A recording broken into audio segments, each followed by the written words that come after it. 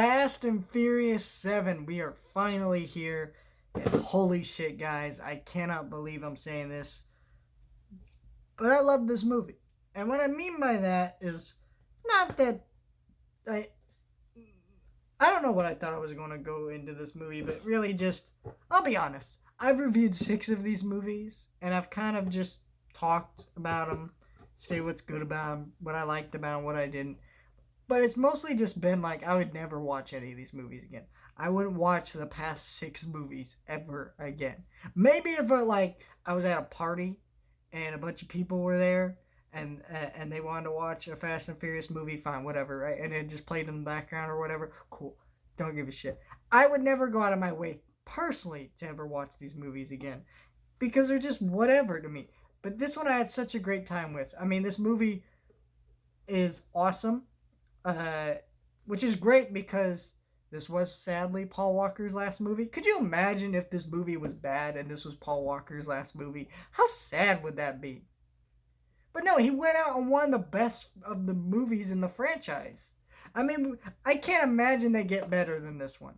And that's because there's only like 3 other ones left for me to talk about uh, before I'm done reviewing these until the 10th one comes out in May.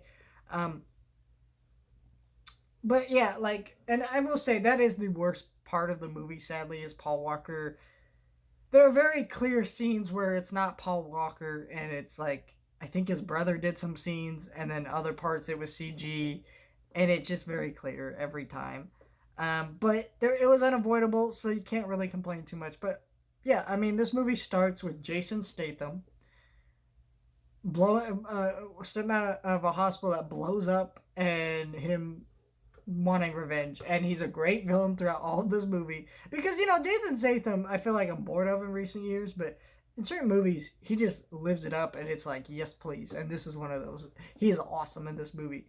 He's a great villain, and yeah, the plot absolutely makes no sense, but no one in this movie gives a shit and they're all having a great time, and so you don't give a shit really. It's like, you know I think once you watch that opening scene and see the hospital blow up, if you think, man, this is stupid, I don't really want to watch any more of this, then don't watch the rest because you won't like this movie.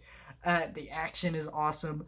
I mean, there's a part where a car, airplanes, not airplanes, uh, what's the little thing that pops out of the car? I forget what it's called.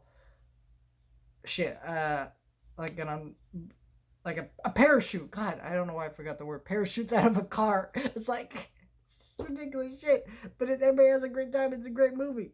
And that's why I love this movie. Finally, we get to number 1 of these movies I enjoyed because I thought it would never come. Because it's just like, I don't give a shit about these types of movies, but this one just had a great time. And I'm so mad I didn't get to watch this one in theaters because I feel like I would have had a great time watching this shit in theaters. And then you have number 8, to talk about. And I'm sure 8's cool because I've heard good things about 8. So now I'm excited to watch 8 and the other 2. Not so much Hobbs and Shaw. I don't think Hobbs and Shaw is going to be great. But yeah, I'm excited to watch the last 3 of these movies that I have left to talk about. So that's going to be fun. But let me know your thoughts on number 7. It's just like, man, I can't believe it. Yeah, but next week we talk about The Fate of the Furious.